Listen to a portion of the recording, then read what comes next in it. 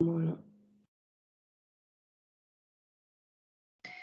Ing, je me permets, il y a une demande d'enregistrement de la réunion. Ah ouais, bonne idée. Ah, il est en enregistrement, voilà. Il y a déjà quelqu'un qui l'a fait. Voilà, parfait.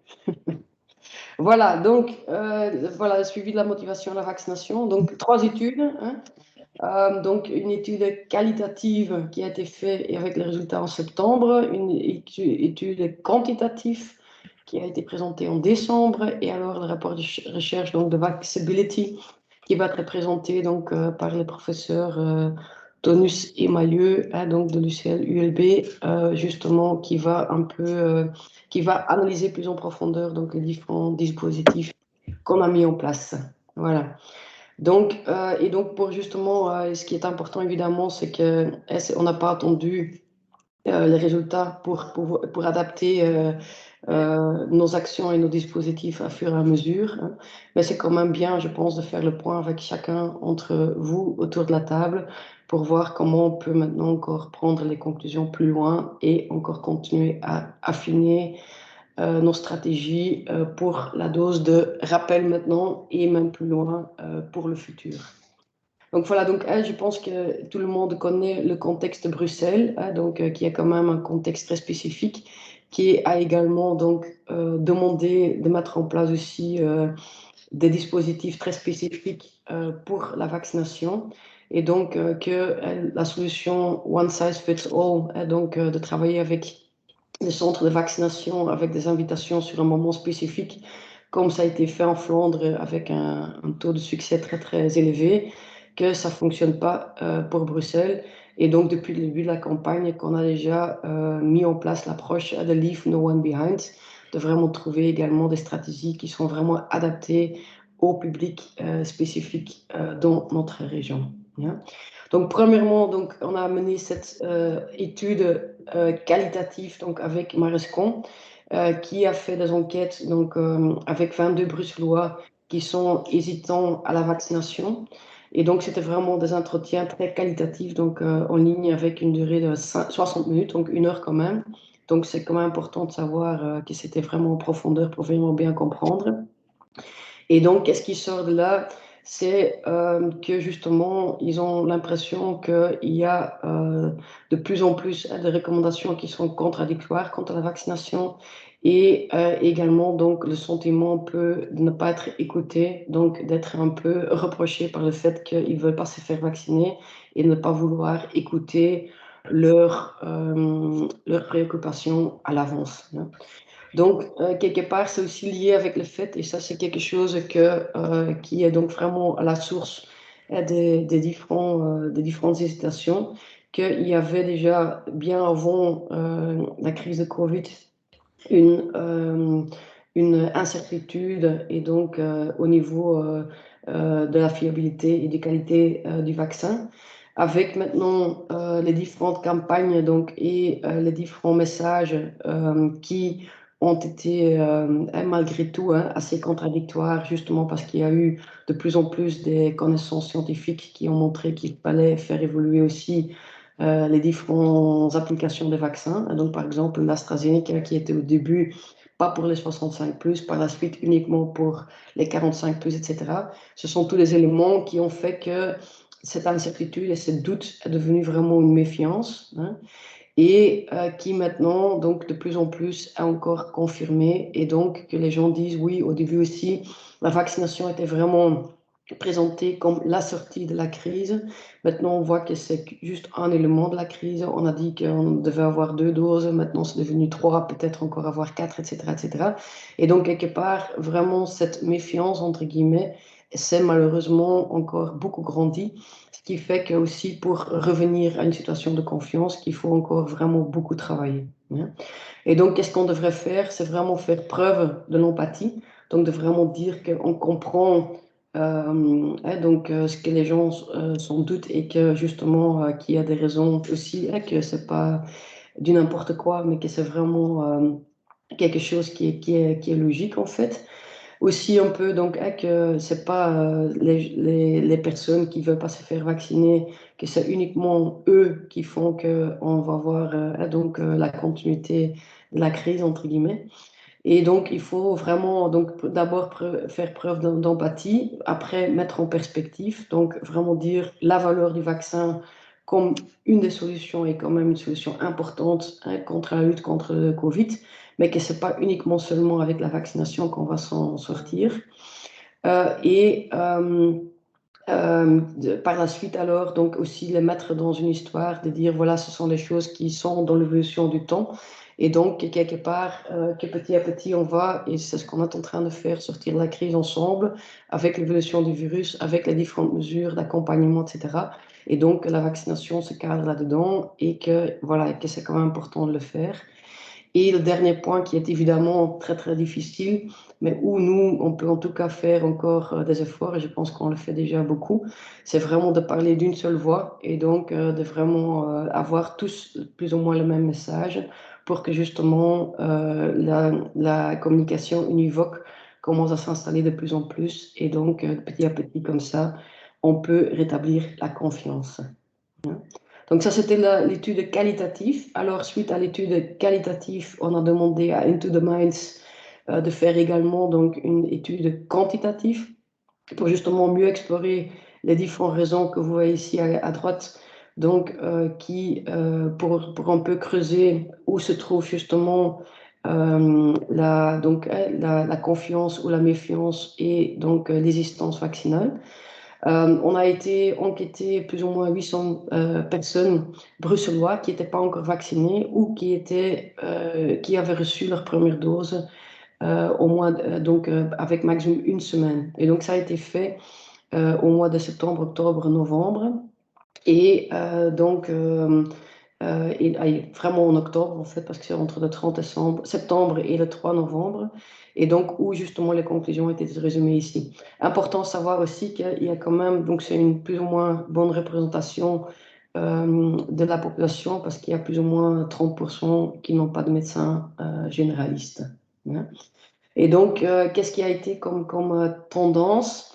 Donc, quand même, oui, donc première chose, c'est que à chaque fois faire peur aux gens de dire oui, mais vous allez être malade, etc., quand vous n'êtes pas vacciné, que c'est pas vraiment ça qui motive. Certainement chez les catégories de personnes plus jeunes qui disent oui, mais j'étais déjà infecté, j'étais pas malade, ou de toute façon, je suis en bonne santé, donc pourquoi je tomberais malade? Par contre, il faudrait plus parler donc la possibilité de contaminer des personnes vulnérables et donc vraiment avec des chiffres et donc d'être objectif donc sur ce taux de contamination des autres et donc vraiment d'essayer de parler plus de ça.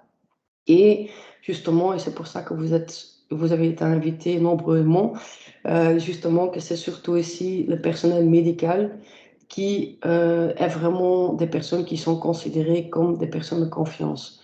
Et donc, ce n'est pas nous, comme autorité publique ou les politiciens ou d'autres, qui vont pouvoir convaincre les personnes, mais c'est vraiment via des personnes qui sont formées médicalement qu'on doit vraiment essayer de relier les différents messages.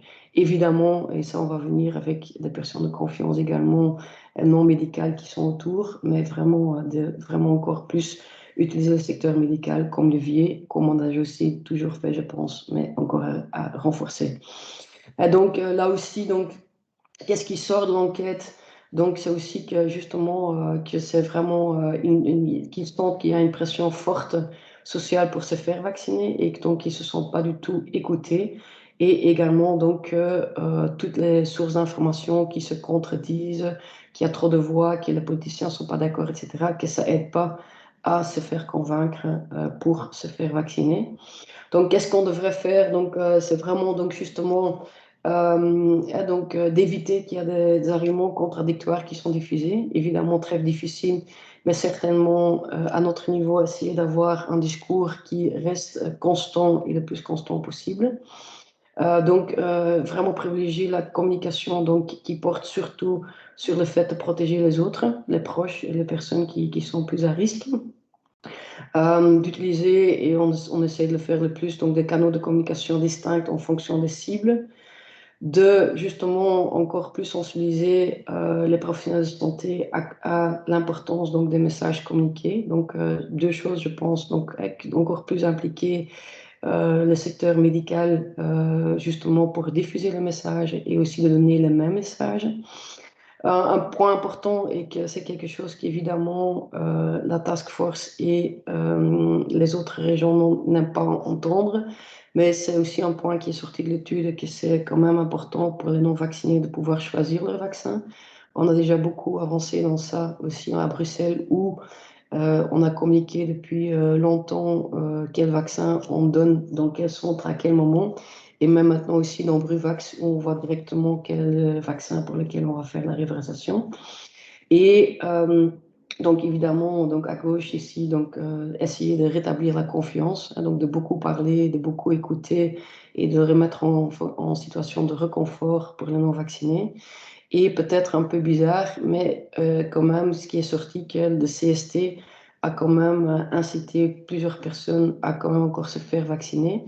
Et donc, quelque chose qui dit également de quand même garder ce CST comme un moyen justement pour encore convaincre d'autres personnes pour se faire vacciner.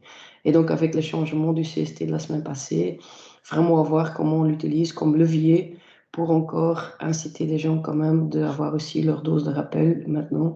Et donc avec encore 150 jours à partir du 1er mars, pardon, qu'on a encore 150 jours de validité de la dernière dose de vaccination et également du certificat de rétablissement qui ont été mis en place. Et donc pour être bien protégé pour l'été et pour pouvoir voyager, etc., qu'il faut quand même avoir sa dose de booster au plus vite. Donc voilà, donc ça c'était un peu les recommandations. Je pense que c'est aussi quelque chose qu'on a essayé d'intégrer le plus possible dans notre approche de vaccination. Justement, une approche hybride avec des grands centres et en même temps donc, beaucoup d'actions décentralisées et avec beaucoup de flexibilité d'aller d'un lieu à l'autre. Donc, avec évidemment donc, aussi des initiatives quand même assez innovatrices pour répondre aux spécificités bruxelloises, avec beaucoup de travail de sensibilisation de terrain et avec donc aussi notre campagne de merci qui a été lancée l'été passé et en 2020 déjà, et donc qu'on continue également à mettre en place. Et donc quelque chose qu'on continue justement à encore renforcer et qu'on aimerait bien encore renforcer avec vous donc dans les mois à venir, c'est justement donc de rétablir cette confiance ensemble, d'avoir justement les démarches de proximité des Bruxellois encore plus et donc de plus en plus aussi avec l'option donc justement de voir comment on peut éternaliser ça et vraiment rendre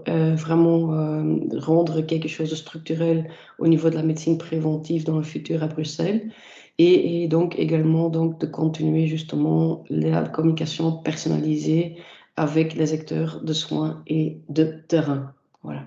Donc je vais m'arrêter ici. Donc ça c'est les deux premières études et maintenant j'aimerais bien donner la parole à Sophie et Céline. Je ne sais pas si vous présentez vous-même ou si je continue à bouger les slides. Pour moi, tu peux continuer à bouger les slides si ça va. Je te ferai des petits signes. Si ça va. Ça va, puis vas-y. Attends, parce que ça, ce sont pas nos slides. Par contre, est-ce que tu as les slides de la dernière fois? Je le pense bien, si c'est pas le cas. Voilà, c'est bon. Mais tu sais, en fait, je peux bouger les slides moi-même, je pense que c'est accessible. Donc, tout va bien. Parfait. Bien voilà, bonjour à toutes et tous et merci de nous accueillir en ce beau lundi matin pour présenter des résultats de Vaccessible. Il s'agit donc d'une étude qualitative des actions locales de vaccination implémentées en région de Bruxelles-Capitale qui a été réalisée lors d'une collaboration entre l'UCL et l'ULB et coordonnée par le Brussels Studies Institute. Alors, cette étude était réalisée dans le contexte qui vient d'être décrit, donc celui d'un changement dans la stratégie de vaccination en région de Bruxelles-Capitale, stratégie de vaccination qui se diversifiait et décentralisait, puisque, comme ça vient d'être dit, on ne s'est plus concentré uniquement sur les grands centres de vaccination, mais on les a complétés par des initiatives locales de vaccination dans cette optique, dans cette perspective Leave No One Behind. Cette étude a été réalisée donc, pour la commission communautaire commune à la demande de l'Observatoire de la santé et du social de Bruxelles. Donc la question de la recherche, c'était finalement comment est-ce que ces différentes actions locales fonctionnent, quelles opportunités, quelles difficultés peut-on y observer, et notamment quelles opportunités est-ce qu'elles représentent par rapport à quel public. Alors un petit mot sur les méthodes que nous avons utilisées. Donc, il s'agit d'une étude qualitative pour laquelle nous avons combiné des observations et des entretiens qualitatifs in situ. Donc là, ça veut dire simplement, comme vous le voyez sur la photo, qu'on se rendait dans les vaccibus pour s'entretenir avec les professionnels et la population. Donc nous avons combiné ces observations et entretiens in situ avec des entretiens individuels et des entretiens collectifs qualitatif. Le tout a été complété d'une veille d'actualité nationale et internationale constante pendant la recherche. La logique transversale dans cette combinaison de méthodologies était de pouvoir s'adapter d'abord au rythme des différentes actions locales, puisque celles-ci étaient pour certaines seulement en train de se mettre en œuvre quand nous avons fait la recherche, mais aussi de pouvoir toujours faire preuve d'écoute par rapport à la fois aux professionnels et aux citoyens, citoyennes rencontrés. Pourquoi? Parce que notre intention avec cette recherche était aussi d'inclure une hétérogénéité de professionnels, puisque nous avons rencontré tant des professionnels de la santé que du social, mais aussi une hétérogénéité de citoyens, citoyennes qui fréquentent les différents dispositifs. Et donc, en termes de dispositifs ou actions locales, nous sommes intéressés aux vaccibus, aux antennes locales de vaccination, à différentes initiatives mises en place au niveau des médecins généralistes et des pharmaciens, ainsi que différentes initiatives associées plutôt à des relais d'action communautaire ou différents métiers dans le social. Alors le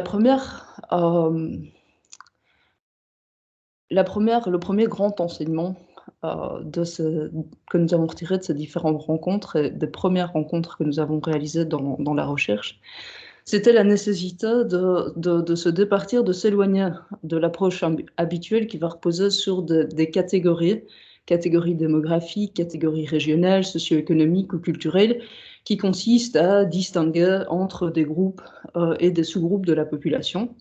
Et nous avons proposé de remplacer cette approche habituelle par une approche plutôt basée sur les besoins. Alors d'abord, pourquoi essayer de s'écarter de cette approche habituelle?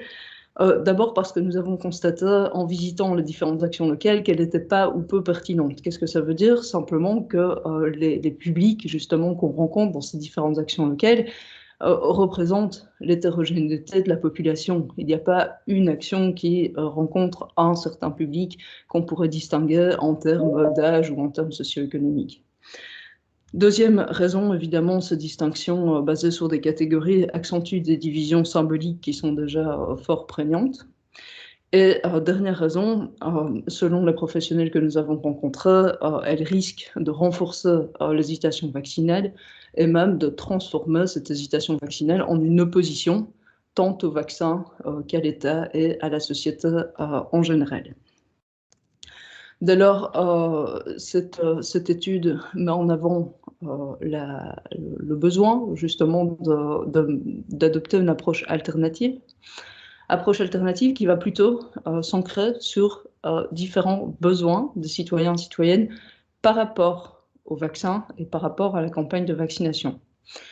On a identifié 3 grands types de besoins, des besoins en termes d'accessibilité qui se réfèrent aux conditions matérielles de la vaccination, notamment la distance, le temps nécessaire, le coût et les démarches administratives.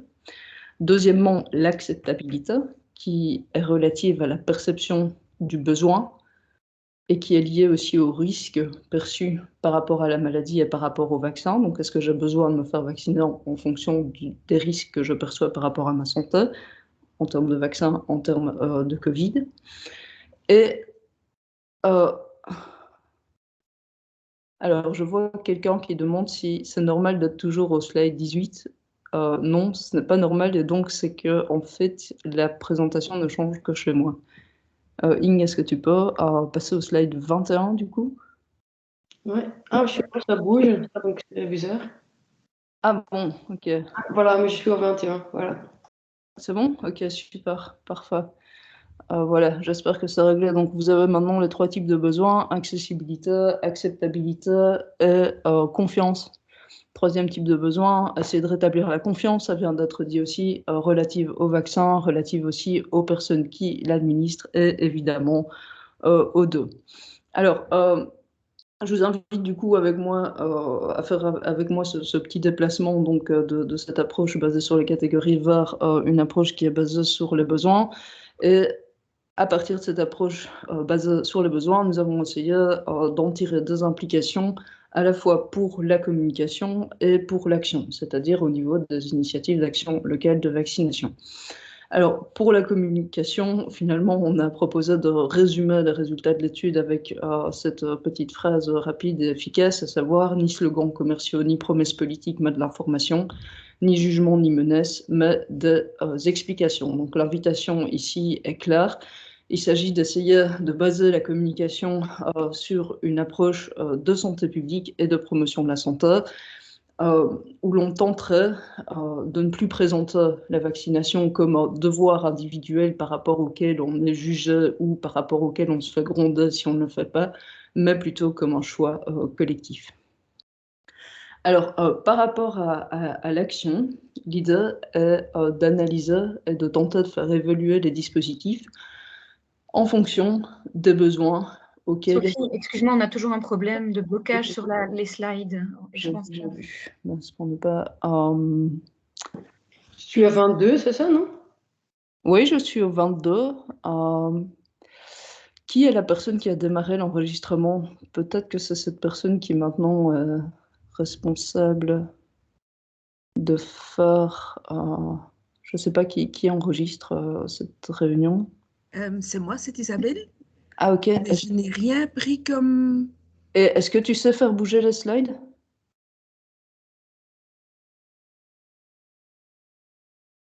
Maintenant, on est bien à 22.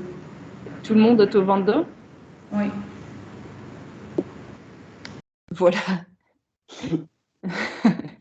Bon, cette fois-ci, donc vous êtes au 22. Donc, pour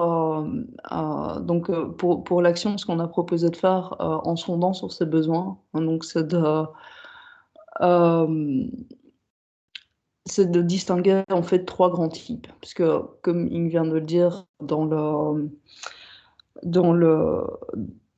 cette logique de décentralisation et de diversification de la stratégie de vaccination, les dispositifs se sont multipliés. Et en plus, l'idée n'est pas de comparer un dispositif par rapport à un autre.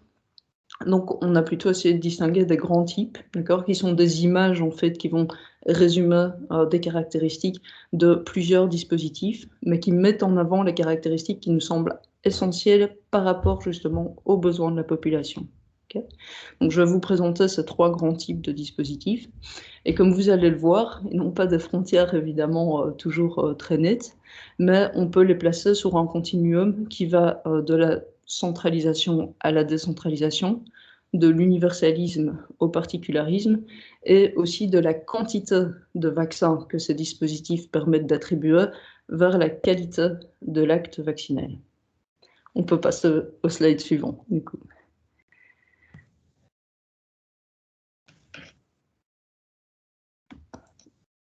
Je l'ai fait, hein, sur ce 25 chez moi.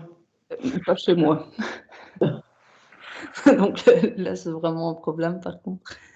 Attends, je vais essayer. Voilà. Ça bouge? Non, ça ne bouge pas.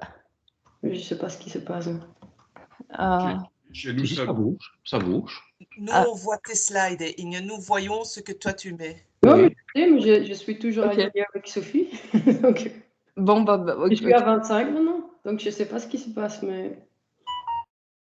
Je vous ai envoyé la présentation à tous, hein. C'est la même présentation que j'ai envoyée, donc vous pouvez suivre et peut-être qu'on dit sur quel slide on est, ça va? Bon, si ça bouge pour vous, ça va, alors je vais bouger de mon côté. Donc là, on a l'invitation, on a slide 23, donc le premier type de dispositif qu'on a 23 défini. ou 25? 23 chez moi, en tout cas. Ok, ça va. L'invitation, voilà, donc premier type de dispositif qui correspond évidemment aux grands centres pour lesquels la population est triée par groupe cible et par tranche d'âge. Donc les grands centres vont offrir un cadre très impersonnel pour la vaccination qui va se caractériser par la rapidité des contacts avec le personnel accueillant et avec les professionnels.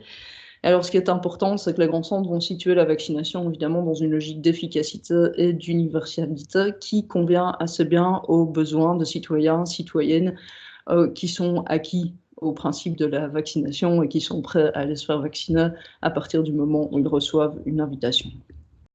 Alors, on peut passer à la slide suivante, 24. La proposition qui, par contraste à l'invitation, va s'insérer dans une logique beaucoup plus stratégique, en fait, puisqu'elle s'insère dans l'espace public, notamment avec les vaccibus, pour se mettre littéralement dans le chemin des patients et où se glisser dans leur agenda.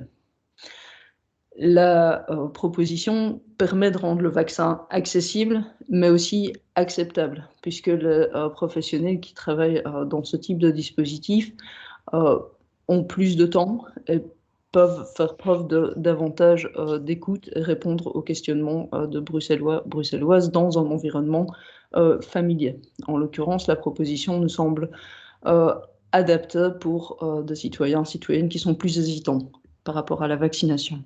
On peut passer à la slide suivante, qui présente les dispositifs donc, de la relation qui vont s'inscrire dans une logique beaucoup plus particulariste. Donc, les premiers dispositifs, c'était universaliste et puis stratégique, maintenant particulariste au sens où on essaye de prendre en compte des besoins beaucoup plus spécifiques, des besoins beaucoup plus empiriques dont témoigne la population. Ces dispositifs de la relation vont s'articuler à des structures existantes, ce qui leur permet de bénéficier de la relation de confiance qui est liée à la population. Donc on pense ici par exemple aux pharmacies ou aux médecins généralistes. En l'occurrence, un point d'attention qui a été soulevé, mais ma collègue Céline va revenir dessus, c'est que ces dispositifs s'articulent à cette relation de confiance, mais évidemment, il ne faut pas qu'ils menacent ou qu'ils mettent en péril cette relation de confiance. Alors, ces dispositifs de la relation se distingue aussi par la durée de l'accompagnement. Donc, avec la proposition, on disait, OK, les professionnels peuvent donner du temps aux personnes. Ici, c'est un accompagnement qui se situe plutôt dans la durée, au sens où la communication avec les citoyens, citoyennes commence avant et peut continuer après même la vaccination pour continuer à répondre aux questions. Ce sont donc des initiatives qui prennent acte d'une grande fragilité de la cohésion sociale et du lien de certains citoyens, citoyennes au système de santé. On peut passer à la slide suivante qui va récapituler donc les caractéristiques principales de ces trois types de dispositifs. Et donc, ce qui est important avec ce tableau, je voudrais juste attirer votre attention sur le fait qu'on voit vraiment qu'on a à chaque fois des cadres, un cadre spatial et un cadre temporel différent. D'accord ? Donc l'acte est plus ou moins long, le cadre est plus ou moins formalisé, plus ou moins familier pour les citoyens. Différents types de professionnels aussi sont impliqués. Et comme on le verra tout à l'heure quand nous présenterons les recommandations, l'idée de cette étude est vraiment de mettre en avant l'importance de la coexistence de ces différents types de dispositifs avec leurs caractéristiques spécifiques, puisqu'ils permettent aussi de s'inscrire dans des temporalités différentes et d'adresser des besoins différents qu'on identifie au niveau de la population, et d'ailleurs qu'on a identifié par les trois études qui sont présentées aujourd'hui, je pense, donc c'est assez encourageant.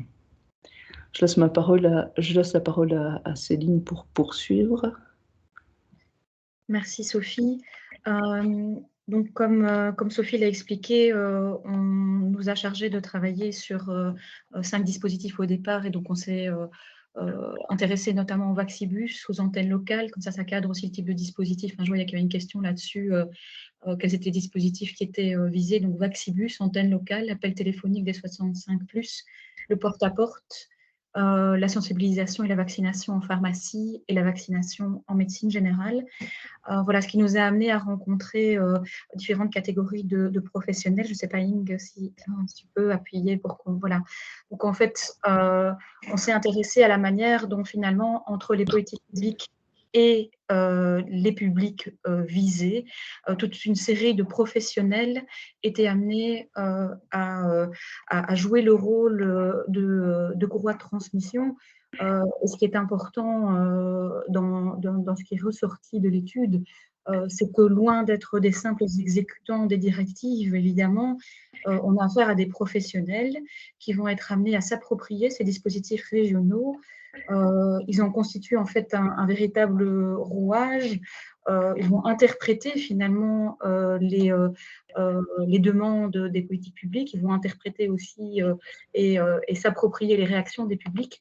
Et donc, ça, c'était un des volets aussi de l'étude, c'était de s'intéresser à la manière dont ces professionnels jouaient ce rôle, s'appropriaient cette mission, parce qu'ils ne sont pas de simples exécutants, je le disais. Donc, on a rencontré dans le cadre de ces dispositifs en lien, donc, les agents communaux, donc, ceux qui réalisaient le porte-à-porte, pharmaciens, notamment voilà, ceux qui avaient décidé ou qui avaient décidé de proposer la vaccination dans leur officine, ou certains aussi qui avaient décidé de ne pas le faire, des assistants sociaux, des médecins, des RAC, hein, je disais que ça faisait partie des dispositifs. Donc, voilà les métiers principalement concernés par l'étude. Ing, si tu veux bien. Merci. Et donc, on a établi, grâce à ces entretiens collectifs et individuels, une typologie des attitudes des professionnels. Donc, comment se positionnent-ils dans cette mission, on va dire, liée à la vaccination? Donc, le premier type qu'on a rencontré, ce sont ceux qui sont finalement dans un rôle plus passif, qui se positionnent de façon plus passive par rapport à cette mission. Et alors, on a rencontré des professionnels qui disaient simplement répondre à la demande. C'est-à-dire qu'ils ne vont pas avoir une attitude proactive vis-à-vis de leur public. C'est seulement si le public demande des renseignements qu'ils vont agir. Ils se considèrent comme un maillon de la chaîne et non pas comme des moteurs, finalement, dans cette politique de vaccination. Voilà un petit extrait ici. Moi, je ne sensibilise pas, je me contente de répondre à ceux qui me posent des questions. Et alors, la motivation pour cela, hein, c'est souvent une attitude qui consiste à dire j'ai affaire à des publics parfois très fragilisés, avec lesquels j'essaye de maintenir un rapport de confiance, justement, et qui sont, notamment dans les médias, régulièrement pointés du doigt. Et je ne veux pas participer, finalement, à cette culpabilisation qu'ils interprètent donc comme une forme de stigmatisation, et donc se placent en retrait par rapport à cette mission. En tout cas, en simple demande. Oui.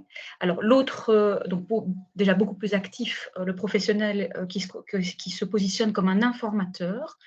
Et donc, il y a deux catégories d'ailleurs d'informateurs. Il y a ceux qui vont relier ce rôle d'informateur au fait qu'ils connaissent très bien le public concerné et que donc ils peuvent relier les informations liées à la santé publique davantage aux particularités du public. Ici l'extrait, comme je les connais, je comprends leur peur, donc je peux donner une information ciblée sur la personne, pas une information générale, donc on arrive à faire changer les choses. Donc déjà, un rôle beaucoup plus actif et centré sur la connaissance spécifique des publics.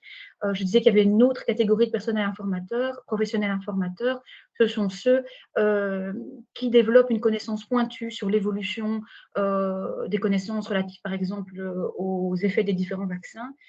Donc, une information très spécialisée. Donc, on a les informateurs ciblés et les informateurs de type très spécialisé. Ing, si ça ne te dérange pas de passer, de cliquer à nouveau. Merci, désolée de te solliciter comme ça. Le troisième type d'attitude, ce sont des professionnels qui se positionnent en exemple.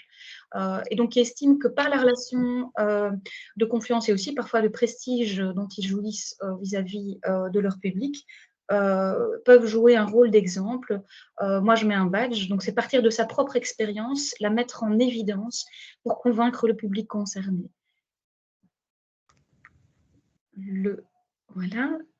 Quatrième catégorie, les professionnels, déjà encore un cran plus loin, hein, qui estiment que ça fait partie de leur rôle sociétal.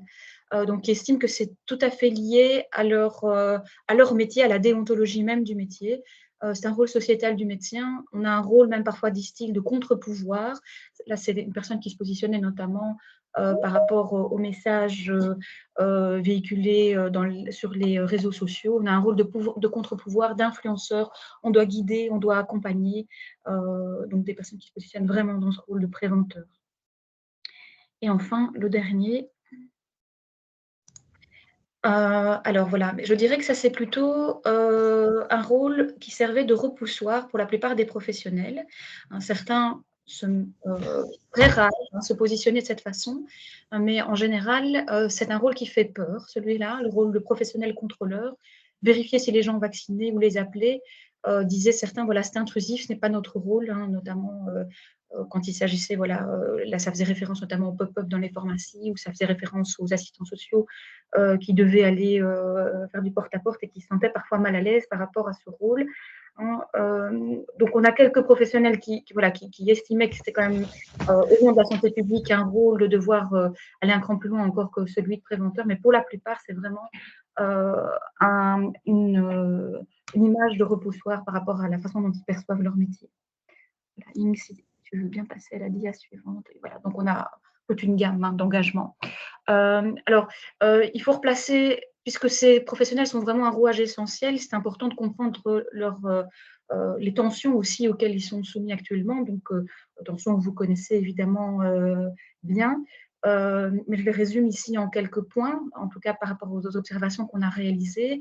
Il y a des tensions qui sont au sein même des métiers. Donc notamment, il peut y avoir des visions différentes selon les générations. Des médecins ou des pharmaciens plus jeunes ne voyant pas leur métier de la même façon que des personnes avec un peu plus de bouteilles. Et donc, on a constaté dans les focus group réalisés que ça peut susciter des tensions aussi au sein même des métiers, entre ces visions différentes, et alors entre métiers également.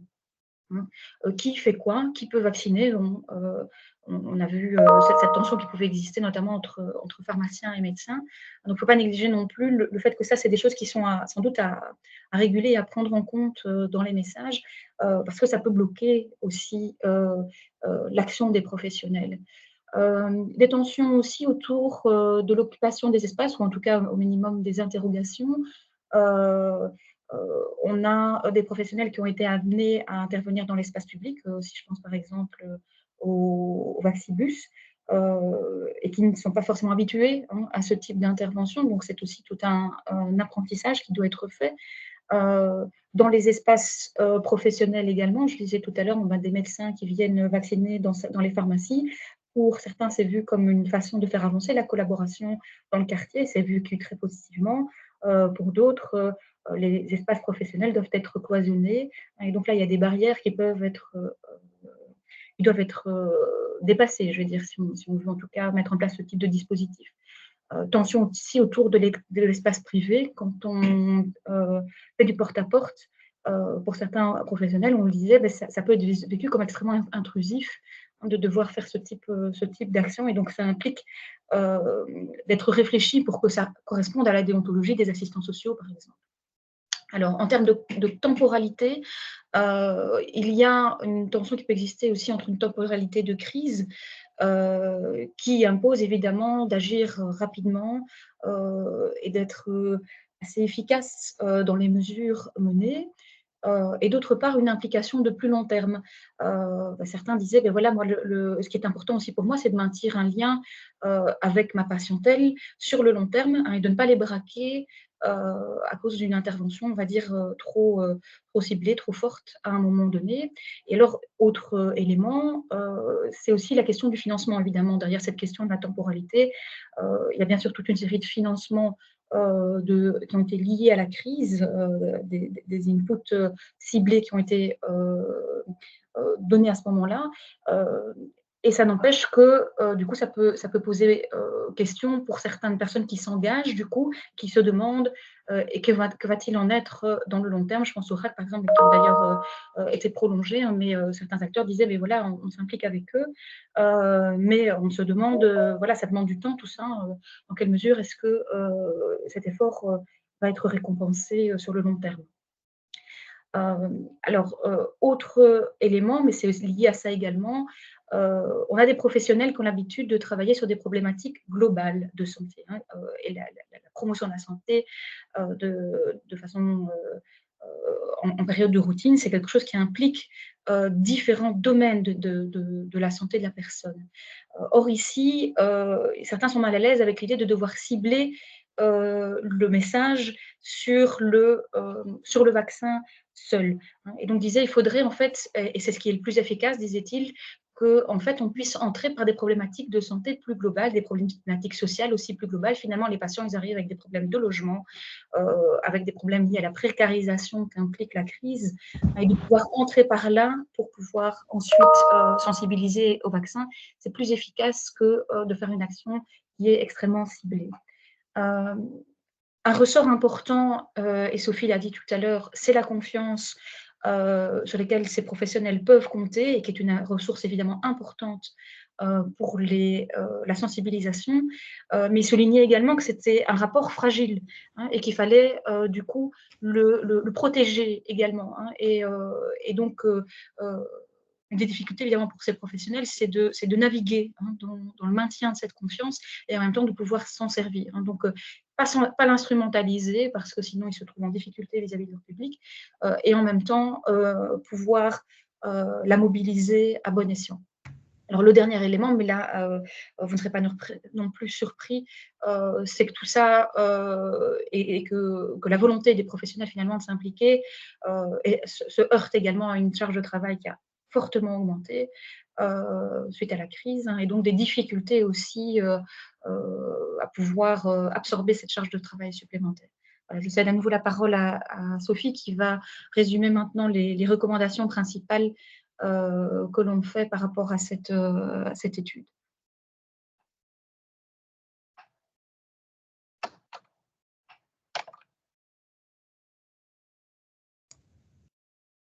Ton micro, Sophie. Voilà. Donc la dernière slide de cette présentation porte effectivement sur les recommandations que vous aurez déjà entendues en filigrane des différents propos que nous avons tenus. Alors d'abord, pour l'orientation de la stratégie de vaccination, évidemment, l'étude Vaccessible recommande de substituer les besoins d'accessibilité, d'acceptabilité et de confiance aux catégories populationnelles et de veiller à l'implication de cette substitution sur la communication que nous encourageons à ancrer dans une stratégie dans une perspective de santé publique et de promotion de la santé, comme je l'ai dit tout à l'heure. Alors, nous invitons aussi à essayer de se situer dans une perspective beaucoup plus à long terme, hein, puisque la crise n'est plus vraiment une crise, ou en tout cas, elle dure vraiment longtemps. Et donc, pour une action publique et une politique durable, cette étude encourage la coexistence des dispositifs associés aux 3 combinaisons que nous avons pu identifier en visitant tous les types d'actions dont Céline vient encore de parler. Et donc, encourager la coexistence de dispositifs qui présentent les différentes caractéristiques reprises dans les 3 types théoriques que nous avons nommés invitation, proposition et relation. L'idée étant évidemment de répondre justement aux besoins d'accessibilité, d'acceptabilité et de confiance de la population et de favoriser leur articulation. Donc ici, en termes de temporalité, nous encourageons aussi à maintenir ces différents dispositifs pour ne pas être seulement dans une perspective d'urgence, de crise. On a fait le parallèle dans le rapport avec des soins aigus ou des soins d'urgence, mais aussi privilégier des soins chroniques qui s'inscrivent dans la durée. Alors enfin, pour une action publique intégrée, tenir compte de l'intervention active des acteurs professionnels et adapter les outils en termes de professionnels, des relations entre professionnels et autorités, professionnels et publique, mais aussi à la variété des représentations et des pratiques au sein même d'un même métier. Et pour ça, je vous renvoie aux 5 profils que Céline vient de distinguer. Une dernière recommandation porte sur l'articulation de l'ensemble. La diversification, comme on le voit, est bien accueillie puisqu'elle permet de rencontrer différents besoins. Par contre, l'étude a mis en évidence le besoin d'articuler davantage les différents dispositifs, ce qui ne veut évidemment pas dire les standardiser, puisqu'on voit toute l'importance d'avoir des réponses spécifiques à des besoins empiriques différents au niveau local. Voilà, merci beaucoup pour votre attention.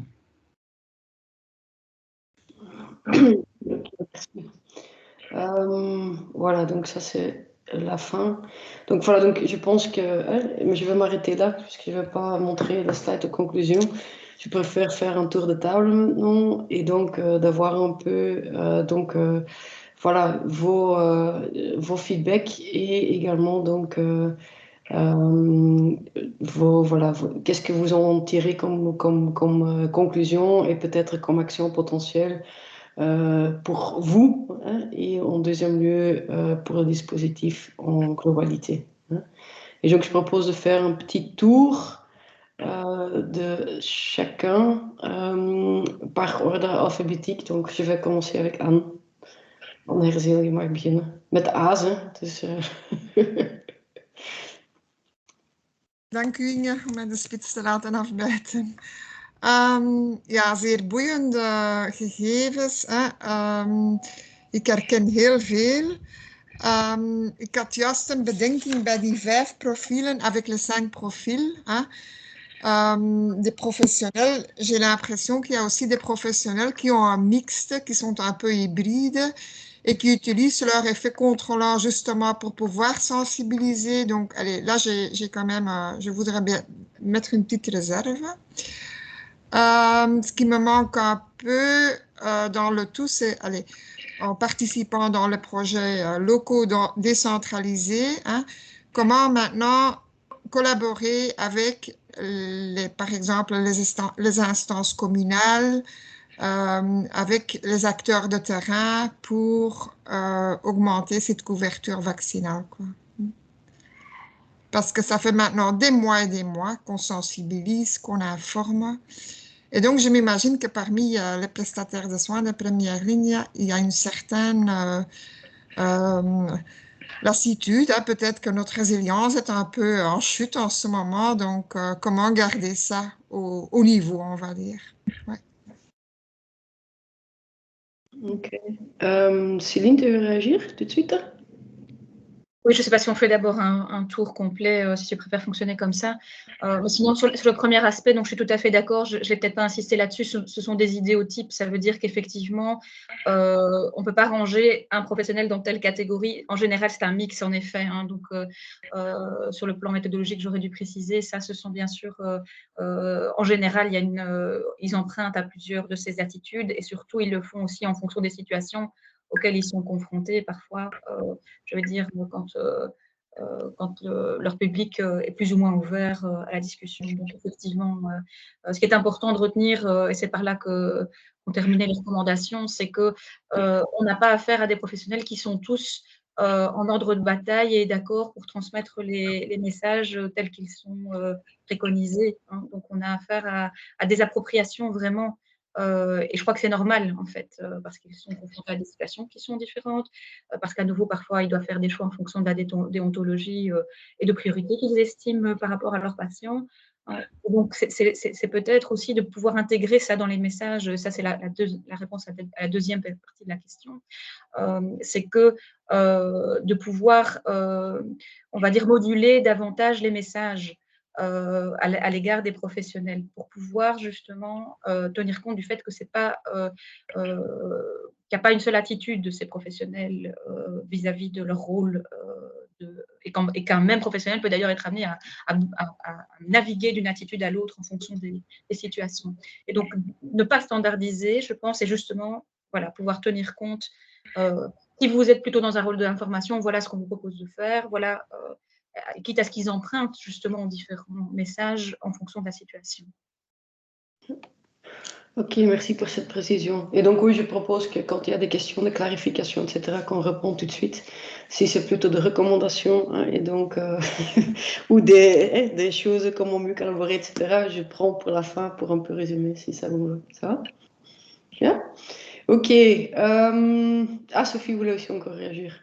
Oui, mais peut-être plus tard, c'est par rapport à la collaboration avec les autorités Ouais. publiques. Il me semble Ok. que c'est important. Mais si d'autres questions s'y attachent, je répondrai plutôt à la fin. Je préfère. Ok, très bien, ça va.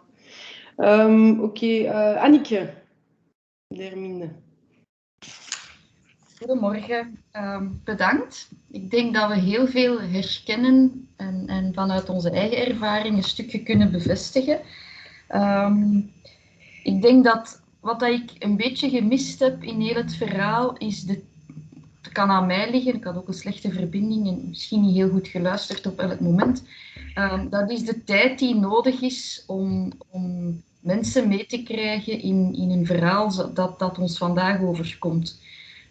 Ik merk dat het is een voorbeeld, en het zal zeker niet het enige zijn, maar ik ken 1 huisartsenpraktijk die al van bij de eerste golf, dus in maart 2020, elke patiënt die kwam aangesproken heeft over deze ziekte en over het feit dat zodra dat er een vaccin zou zijn, dat toch wel een meerwaarde is, dat ze met hun vragen bij hen terechtkomen enzovoort. Die praktijk heeft een vaccinatiegraad van in de 90% onder zijn patiënten. En dat is een typisch Brusselse praktijk, dus ook met alle doelgroepen, met kwetsbaarheden en die moeilijk te bereiken zijn. Dus ik denk dat de factor tijd, naar mijn gevoel, heel belangrijk is.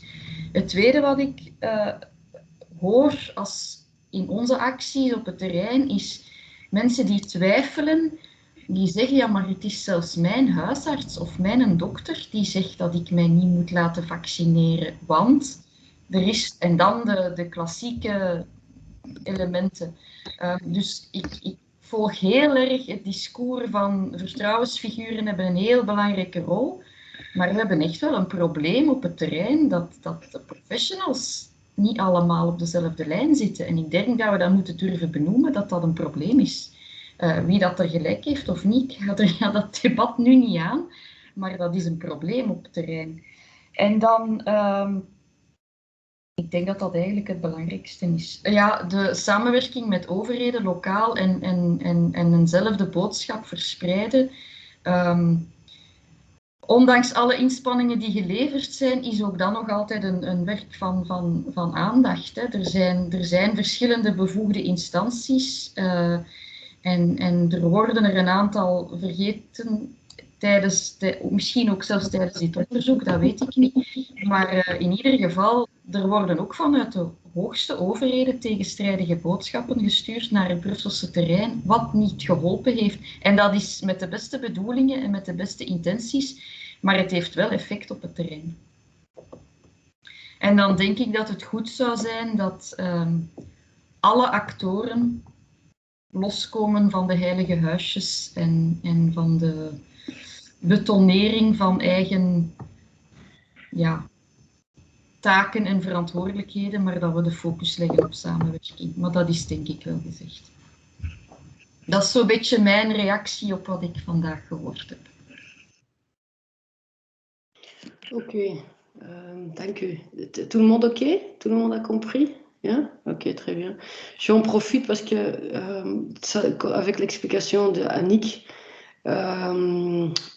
je veux quand même aussi encore montrer quelques slides, parce qu'on parle toujours de, allez, entre guillemets, qu'est-ce qu'on peut améliorer, etc., etc. Mais donc, juste, on a fait quelques slides avec nos équipes. Oui, j'étais là dans le mauvais, sorry. Excusez-moi pour mon langage.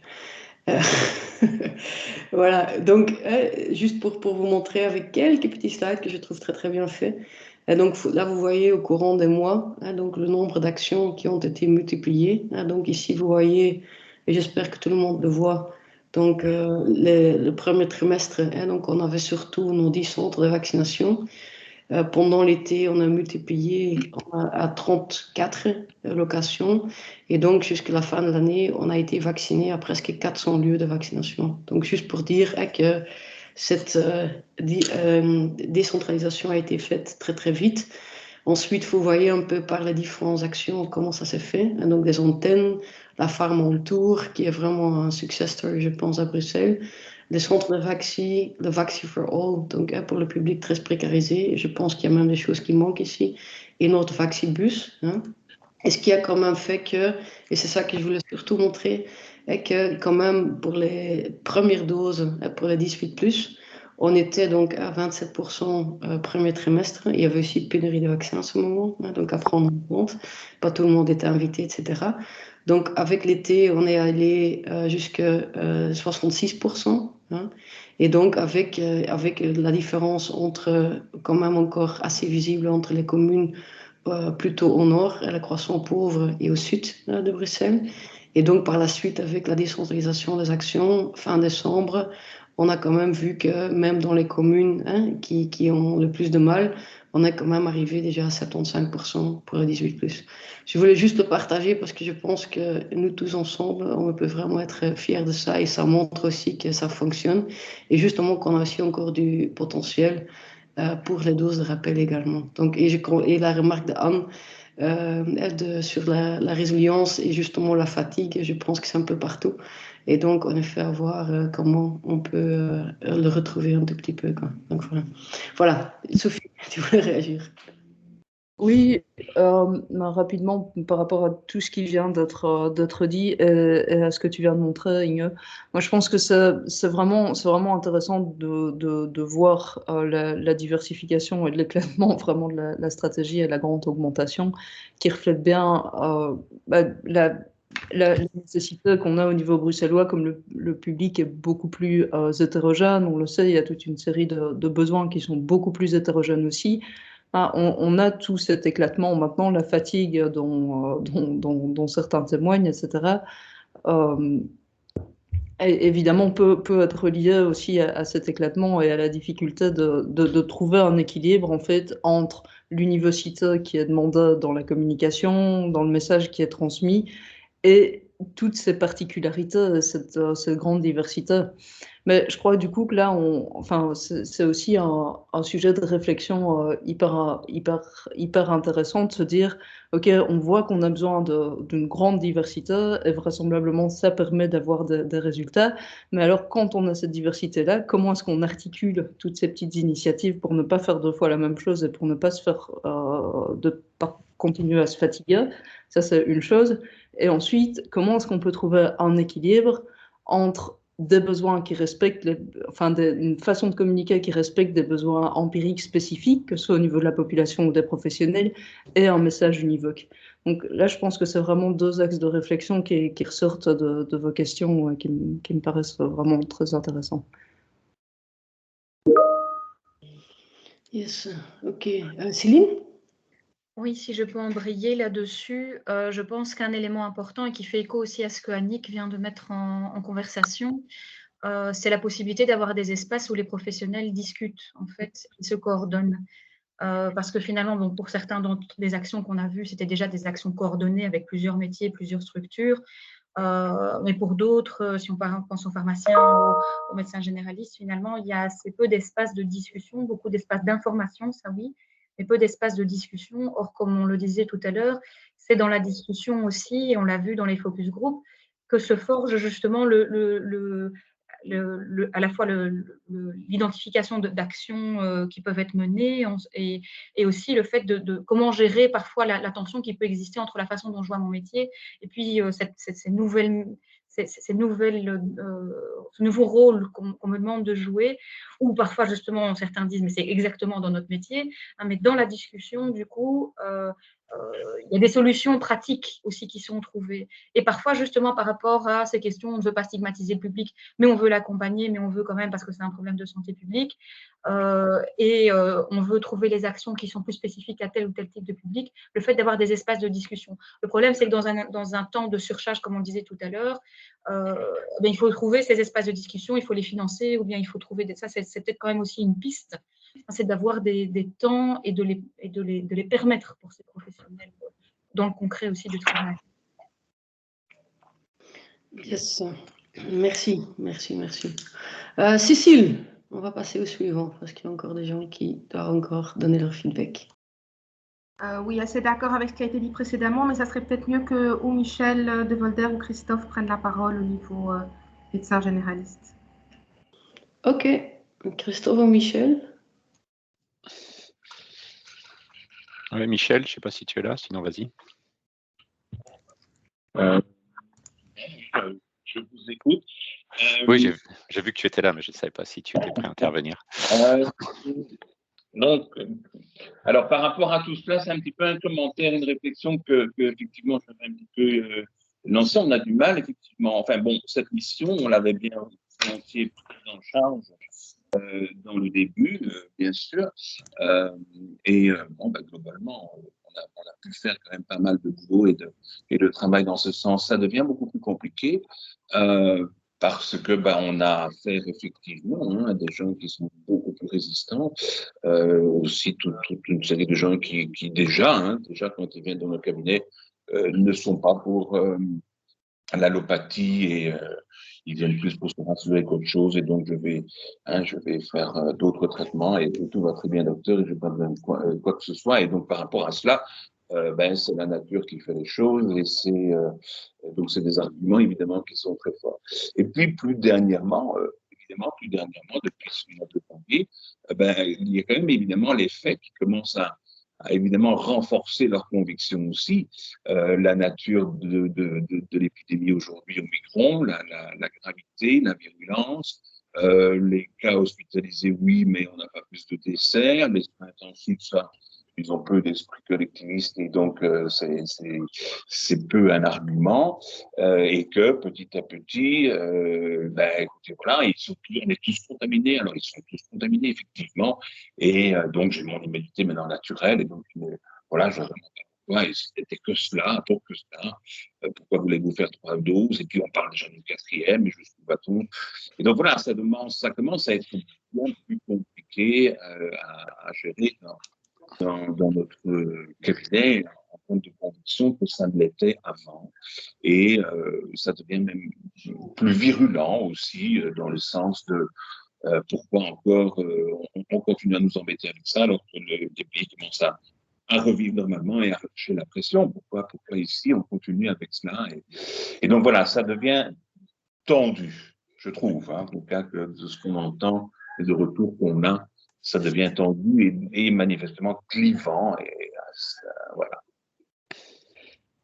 Oui, si je peux continuer, Michel, ou tu as fini? Non, oui, vas-y. Oui, et alors, paradoxalement, pour continuer sur ce que Michel évoque, on a aussi ce type de comportement de la part de gens qui ont été vaccinés, qui vont du « vous m'avez eu avec votre affaire, mais j'ai quand même chopé Omicron, et donc c'est de la foutaise », à on nous a vendu, moi ce qui m'intéresse c'est de sortir en boîte, c'est pour ça que je me suis fait vacciner, finalement c'est pas gagné, donc ça sert à rien.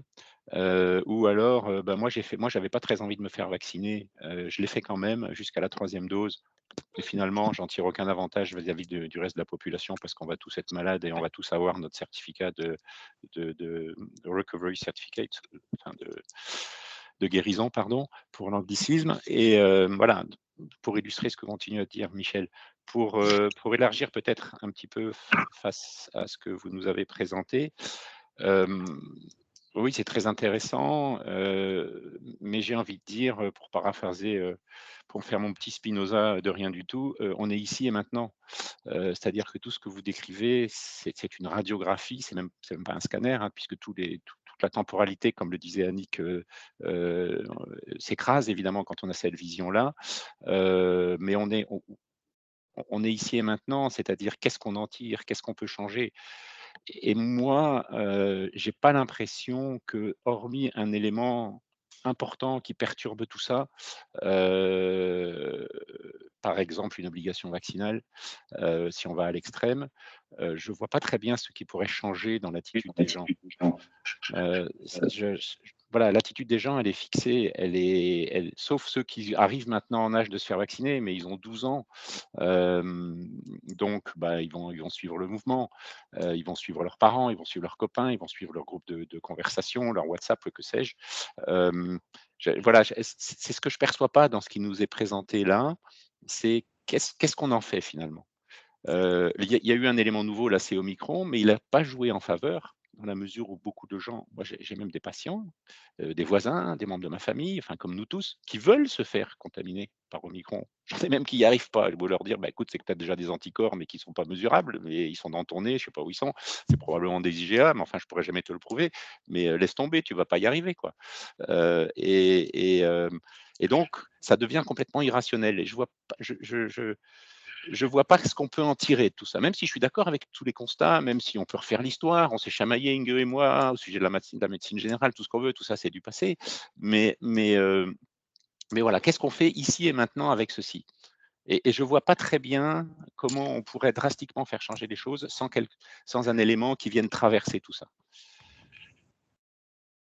Et quel élément tu parles? D'avoir un nouveau variant qui est beaucoup plus Alors là, le Omicron a montré qu'avec un variant qui met un peu tout le monde d'accord, dans la mesure où on peut estimer qu'au moins à peu près la moitié de la population va être contaminée, vaccinée ou pas vaccinée. Les gens pensent à l'immunité naturelle. L'immunité est un phénomène naturel, hein, et avoir une immunité naturelle, ça ne veut pas dire grand-chose, puisque des gens qui se sont immunisés contre le Delta ont chopé le Omicron. Et des gens qui sont en train de s'immuniser contre l'Omicron ne sont pas du tout certains que le prochain variant, s'il y en a un, ils seront protégés contre lui ou pas, on n'en sait rien.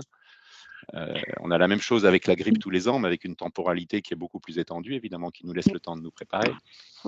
Si je peux directement rebondir, hein, et justement reposer aussi un peu la question. Donc, pour moi, il y a deux éléments. Donc, premièrement, c'est quand même, et je pense que là, on est d'accord qu'il est quand même important de protéger la population vulnérable, hein, donc 65 plus et personnes comorbidité. Donc là, je pense, et peut-être pas parler de comment avoir une dose de booster pour toute la population, entre guillemets, mais plutôt pour ceux qui sont vulnérables, et comment on peut voir les choses qu'on a vues maintenant et comment on peut les intégrer dans nos approches. Et deuxième élément, c'est pour moi aussi plus large que uniquement, et là-dedans, pardon, aussi même pour les campagnes futures, hein, parce qu'on sait bien qu'il y aura encore une quatrième dose sans doute avec un nouveau vaccin, etc. À voir encore pour qui et pourquoi, etc. À quel timing, mais j'imagine qu'avant l'hiver 2022-2023, il y aurait de nouveau au moins une vaccination pour la population vulnérable de nouveau. Donc maison de repos pour les personnels en contact avec eux et pour toute personne vulnérable justement autour de ça. Donc la question se pose ici pour moi, comment on peut justement continuer ces stratégies en fonction de ça, et là je parle de Covid, et plus loin, et ça je pense que c'est aussi un point qui quelque part, tout ce qu'on a mis en place jusqu'à présent, c'était aussi avec un but de voir comment on peut petit à petit commencer à pérenniser ça, comme pour un accès à la santé plus durable pour chaque Bruxellois à Bruxelles. Et donc, à ce moment-là, c'est aussi un peu de voir tout ce qu'on fait maintenant, et ça peut être Covid de nouveau, mais plus loin avec des renseignements, et même à certains moments, peut-être ou pas, faire des tests et autres choses, etc. Tout est à voir, mais vraiment de voir comment on peut pérenniser ça. Et ensuite, pour un accès à la santé et surtout la prévention plus large à plus long terme. Et donc, c'est là justement que je pense que, et j'aimerais vous poser la question, si vous voyez ça, qu'est-ce que vous en tirez comme conclusion justement pour ces deux questions-là? Mais tu as raison, je pense que ce qu'il faut, c'est pérenniser ce qu'on a maintenant. Je pense qu'espérer aller bien au-delà sans éléments nouveaux, c'est un peu illusoire. Mais essayer de le pérenniser, le rendre compréhensible, le rendre facilement lisible et facilement applicable, ça oui, évidemment, il faut réfléchir à ça. Ok. Sophie ou Céline, je ne sais pas ce qui était la première. Céline, vas-y, je t'en prie. Oui, mais je voulais rebondir effectivement. Donc sur la temporalité de l'étude, effectivement, on est toujours, voilà, c'est une étude qui a duré 4 mois, donc déjà une étude flash hein, entre le mois de juillet et le mois de novembre. Donc, et c'est vrai qu'Omicron est arrivé après, donc tout ça ne cesse d'évoluer. Par contre, je pense effectivement, pour rebondir sur ce que Inge vient de dire, qu'en fait, ce qui est important, c'est de se dire que au-delà de la question du taux de vaccination, il y a la question aussi quand même de permettre à des professionnels de première ligne de jouer un rôle de promotion de la santé sur le long terme, donc de ne pas perdre la confiance non plus des publics les plus fragilisés ou même les plus réfractaires au vaccin. Donc en fait, je pense qu'en effet, maintenant, l'enjeu, c'est de se dire, mais il y a quelque chose qui s'est produit qui a réinterrogé ces différents métiers dans leur fonction de promotion de la santé, qui a réinterrogé la question de la collaboration interprofessionnelle entre les différents métiers de la santé et entre les métiers de l'accompagnement social et de la santé autour de problématiques telles que celle-là. En fait, c'est aussi une opportunité, on va dire, me semble-t-il, de se dire, bon, ben voilà, on peut s'en saisir précisément pour travailler cette accessibilité à la santé meilleure pour tous les Bruxellois, comme le disait Ying. Ça implique des questions de formation pour ces professionnels, ça implique des temps de coordination, ça implique une meilleure vision aussi de ce que les autres professionnels peuvent faire et en quoi ils peuvent m'aider à remplir ces missions-là. Et je pense que ça, c'est vraiment sur le long terme et de réinstaller effectivement cette question de la vaccination dans un ensemble, dans un panel d'actions que les professionnels peuvent mener, pas seulement pour soigner, mais effectivement pour promouvoir une santé sur le long terme. Et donc, c'est vraiment ça qu'il nous disait aussi clairement, c'est que on veut pouvoir parler plus généralement de ce qui touche les personnes et la vaccination est l'une des thématiques. Et je pense que c'est par là aussi qu'on évitera que les gens se braquent aussi à un moment donné, que ce soit les professionnels eux-mêmes. Alors, certains sont très contents, sont tout à fait d'accord de mener ce rôle-là, d'autres sont plus en tension. Il ne faut pas les perdre et il ne faut pas qu'ils perdent leur public non plus. Et ça, c'est vraiment aussi sur le long terme, me semble-t-il. Sophie? Oui, juste pour rebondir sur l'intervention précédente, je pense que la question ici, c'est d'évaluer d'essayer de comprendre le dispositif, pas de trouver une solution miracle par rapport au vaccin. Et donc, par rapport à la question, je pense que l'importance, en tout cas, il me semble que un objet de réflexion, c'est la complémentarité entre ces dispositifs et leurs caractéristiques, justement pour protéger la confiance et pour travailler la confiance à long terme. Et je pense que ce qui vient d'être dit sur Omicron, etc., ne permet que de souligner l'importance de différents dispositifs parce que les besoins de la population vont aussi changer et de nouvelles questions vont être soulevées par rapport, étant donné les nouvelles caractéristiques des nouveaux variants et aussi les réactions à la vaccination. Moi, j'ai évidemment mes 3 doses, je l'ai fait tout de suite, j'ai eu une réaction au 3e vaccin.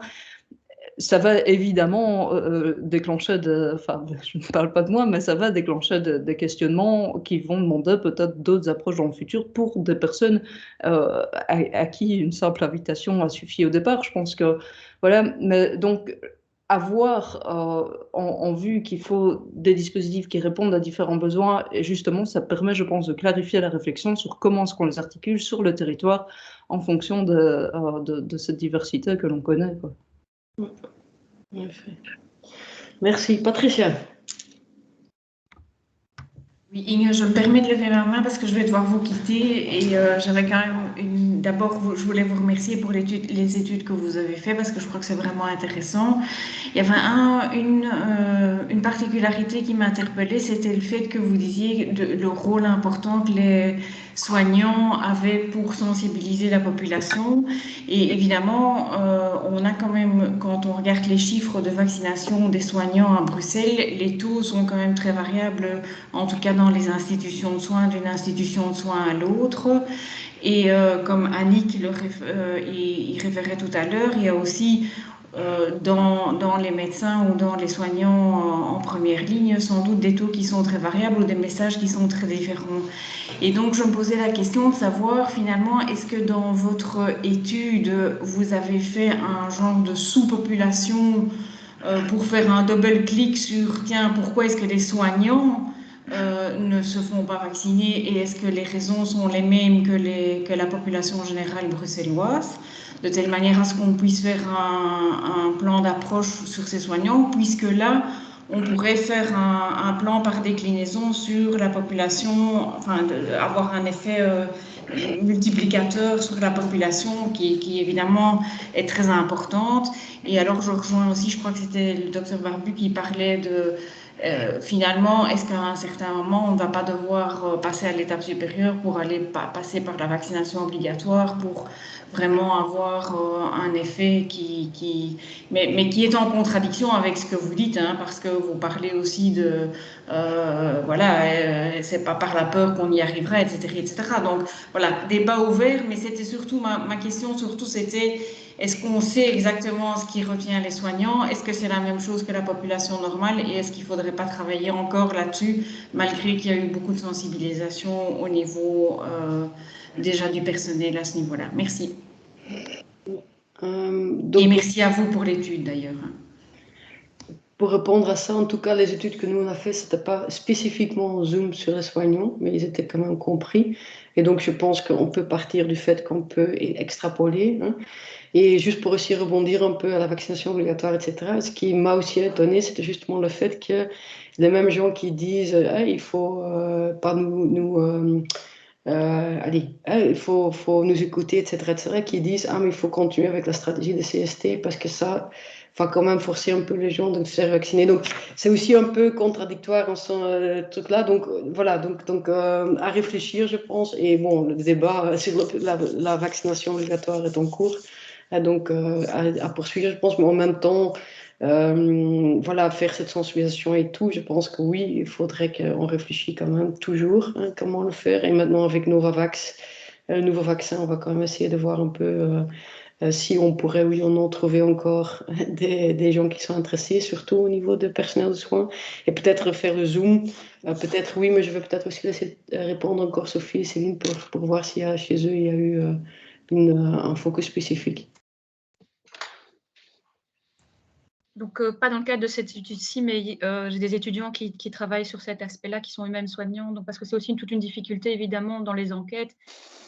C'est pas évident de les inclure, en tout cas pour des entretiens qualitatifs, parce que ce sont des personnes, évidemment, qui se sentent actuellement justement marginalisées ou stigmatisées par rapport à leur positionnement. Hein, et donc, il y a des choses qui sont en cours. Ce qui est, alors là, c'est plus pour la population de façon plus générale, ce que des études notamment menées en France montrent sur une large population, c'est que c'est fortement lié au rapport aux autorités de façon plus. Donc, c'est le facteur le plus important. C'est la méfiance vis-à-vis des autorités et vis-à-vis des scientifiques. Alors, c'est peut-être paradoxal aussi pour justement les personnels soignants, mais ce sont les facteurs les plus importants. On va retrouver le plus de résistance au vaccin, indépendamment de tout le reste des caractéristiques. C'est ça, c'est est-ce qu'on fait confiance ou pas aux autorités? Est-ce qu'on a été confronté dans le passé à des expériences jugées par les personnes elles-mêmes comme étant des expériences de rejet ou des expériences d'échec dans le parcours des personnes? Ça, ce sont les éléments qui sont déterminants pour comprendre le rejet vaccinal. Donc, c'est pour ça que la question de la confiance est au cœur de la réflexion et aussi ici d'études, et qu'un des risques, c'est que si on insiste trop ou si c'est trop ciblé, comme je disais tout à l'heure, c'est qu'ils se raccrochent encore peut-être à leurs soignants de proximité. Il ne faut pas les en détacher, on va dire, à ce stade-ci. Ce serait sans doute encore plus dommageable sur le long terme. Mmh. Merci beaucoup. Sophie? Non? Ok. Michel? Sorry, j'essaie d'accélérer un tout petit peu. Michel? Oui, je dois aussi vous quitter dans 5 minutes, donc c'est pour ça que j'ai levé ma main. Mais écoutez, moi, je rejoins assez bien ce que Annick a dit, ce que Michel a dit, ce que Christophe a dit. Donc, en fait, nous, à l'hôpital, effectivement, on a joué tous les rôles, sauf le contrôleur, que je ne jouerai jamais. Et finalement, on a quand même pas mal de gens qui ne sont pas vaccinés, donc on ne sait plus très bien comment on fait. Maintenant, on est déforcé très fort par Omicron, puisque moi, je ne vois pas comment je peux même justifier une vaccination obligatoire par un vaccin qui, de toute façon, n'empêche pas les gens de transmettre. Et donc, je pense que ça devient extrêmement compliqué de convaincre les gens. On a l'impression que nos soignants qui ne veulent pas se vacciner sont plus attentifs à ce que leurs responsables de communauté leur disent, puisque c'est quand même beaucoup des gens qui sont dans des communautés, avec des évangéliques, etc. Et donc, on se demande parfois, effectivement, s'ils ont tout bien compris et si... quand ils donnent un médicament, ils ne croient pas non plus que ça va faire de l'effet. Je veux dire, enfin, ils donnent à des gens, à leurs patients, des choses qu'ils ne veulent pas pour eux-mêmes, ce qui pose un vrai problème. Moi, je pense qu'il faut se poser quand même la question de ce qu'on leur donne dans leurs études et comment les écoles transmettent finalement le savoir, parce que on a l'impression que les gens ne comprennent rien au mécanisme, alors que finalement, ça devrait être expliqué dans les études. Et ça me fait rebondir sur un problème plus général, je pense, si on veut faire évoluer les gens, c'est l'éducation à la santé. Et ça, c'est un domaine, c'est vraiment fondamental si on veut se préparer à d'autres pandémies, parce que pour moi, Covid, c'est probablement sur la fin et dans ce qu'on voit sur l'évolution des épidémies, bon, à moins d'un variant qui apparaisse ailleurs dans le monde et on n'est pas à l'abri puisque eux ne sont pas du tout vaccinés. Mais ici, visiblement, on va vers un virus qui va devenir beaucoup moins méchant et qui va continuer à circuler. Mais je crois que pour la suite, il faudrait qu'on puisse travailler beaucoup plus sur l'éducation à la santé dans les études. Les gens ne savent pas où sont leurs cœurs, où sont leurs foi. Alors, comment est-ce qu'on peut essayer de leur expliquer comment fonctionne un vaccin? Enfin, il y a plein de mythes comme ça, même parmi les soignants. Et il y a eu une infantilisation de l'information qu'on a donnée aussi aux médecins. Il ne faut pas non plus oublier que les médecins sont très méfiants par rapport aux firmes pharmaceutiques et qu'on a l'impression qu'il y a quand même pas mal de médecins qui pensent qu'on veut juste faire de l'argent. Et ça aussi, il y a une rupture de confiance entre le secteur pharmaceutique et les médecins.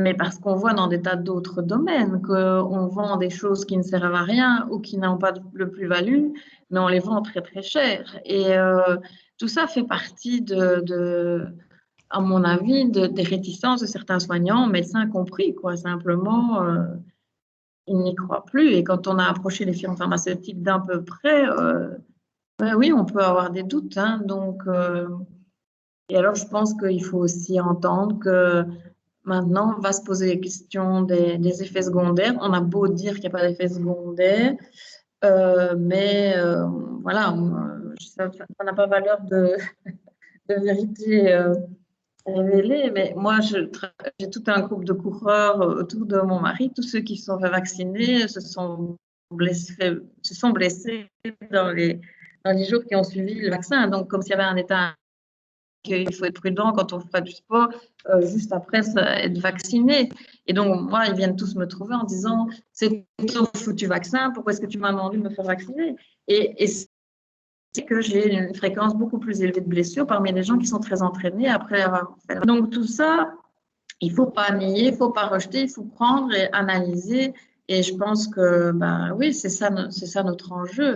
Et je crois que l'enjeu, ce n'est pas la vaccination maintenant, mais c'est Novavax et puis la suite et les autres épidémies. Alors, c'est sûr qu'il faut convaincre. Pour celle-ci, je crois qu'il n'y aura qu'une solution, c'est l'obligation vaccinale. Je pense vraiment que ça ne va rien. On va plus pouvoir convaincre ceux qu'on essaye de convaincre depuis des mois. Mais pour la suite et pour les autres pandémies qui vont probablement venir à un moment ou l'autre, il faut tirer les leçons de ceci, quoi. Voilà. Oui, moi, je confirme tout à fait ce que dit Michel. Mais alors, je me suis cassé la figure en courant ce week-end. Tu penses que c'est à cause du vaccin? Ceci étant, je dois vous quitter. Je ne savais pas que tu étais tellement entraîné. Bon, merci en tout cas. À bientôt. Non, merci pour. Ciao. Ouais, merci. Maëlle. Oui, bonjour tout le monde. Donc moi, je travaille pour la sensibilisation. Donc avec Brussels Major Events, je suis dessus depuis fin octobre et du coup, moi, je vais sur le terrain et on fait des sensibilisations dans les maisons de quartier, maisons des femmes, maisons des jeunes, dans 7 communes de Bruxelles, dans les moins vaccinés. Et ben, tout ce que vous avez dit, c'est un peu tous les retours que j'ai eus, mais du coup, ce qu'on avait conclu ici un peu avec le BME, c'était que oui, il fallait vraiment communiquer sur le fond de l'information sur le vaccin parce que beaucoup de personnes ne savent pas du tout de quoi est fait le vaccin, de comment ça fonctionne. Et oui, c'est aussi comme du coup Michel disait, je ne sais plus, que oui, c'est un problème de santé publique. Les gens ne savent pas du tout comment ça fonctionne. Et c'est aussi un des freins à la vaccination. Puis aussi, ce qui marche bien, c'est vu qu'on va dans les communautés, nous, on va à chaque fois avec des médecins, on leur explique tout, on leur ramène du matériel de communication là-dessus et ça permet aussi de les convaincre parce que suite à nos sensibles, on a pu convaincre certaines personnes parce qu'ils avaient compris comment le vaccin fonctionnait et c'est vraiment ça, on a vu que dès qu'ils comprennent comment le vaccin fonctionne, là, ils se posent des questions eux-mêmes et ils se font eux-mêmes un avis et ils vont eux-mêmes après se faire vacciner ou non, mais au moins ils ont l'information, quoi. Donc voilà, ça c'est le petit truc en plus que je voulais ajouter à tout ce qui a déjà été dit. Ok, merci. Merci. Je voulais juste encore donner le mot à Fanny, mais elle est partie. Donc il reste Hicham. Heb je nog iets toe te voegen? En Stefan, zie ik nog. Er is al veel gezegd, dus ik zal het kort houden. Ik denk dat Brussel heeft zijn best gedaan. En dat ziet je ook aan de cijfers die jij nog hebt getoond daarna. Het was in het begin erg, maar het is veel verbeterd. Dus ik denk ook, het ergste lijkt voorbij. En ik weet niet of deze oefening niet te laat komt voor deze pandemie. Ik denk dat het interessant is voor een volgende keer, maar dat we nu op andere zaken moeten focussen. Ik denk op lange termijn moet nadruk gelegd worden op een soort health literacy, gezondheidspreventie. Ik denk dat daar ook echt een weg is voor Brussel om echt een beleid te hebben dat gericht is op zijn bevolking. Er moet ook, denk ik, de nadruk gelegd worden op het hebben van een GMD, zodat mensen toch naar een huisarts gaan voor informatie. Ik denk dat dat op lange termijn ook veel effect kan hebben op de kloof die er is. Om de vaccinatiegraad nu nog te verhogen, denk ik dat we alleen kunnen vertrouwen op verplichte vaccinatie of vakantieregels in andere landen, waardoor dat mensen toch moeten gevaccineerd worden om ergens binnen te geraken. Oké, dank u. En dan Stefan had ik nog. Ik denk dat ik dan alle niet interne gehad heb. Stéphane, heb jij nog iets voor ons? Je rejoins tout le monde quand ils disent que la littératie en santé est très importante. Et là, on voit quand même dans un contexte général que, par exemple, un patient qui reçoit des informations de médecin et puis vient dans la pharmacie pour la délivrance de médicaments, qu'il a un besoin qu'on réexplique les choses que le médecin lui a expliquées et que ça a vraiment une plus-value.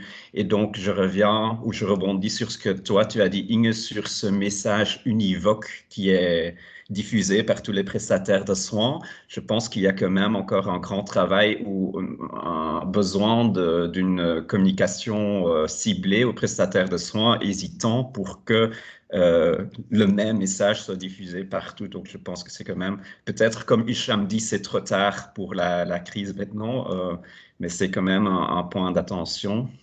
Et puis, il y avait encore une chose dans la présentation Vaccessible donc, qui m'a interpellé. Donc, c'était un petit détail qu'on mentionnait que dans qu'on a vu que les différences d'âge au sein d'une seule équipe, parfois, étaient un point difficile, que par exemple, un jeune prestataire de soins avait un autre avis qu'un prestataire de soins plus âgé. Mais est-ce que vous pouvez encore élaborer là-dessus?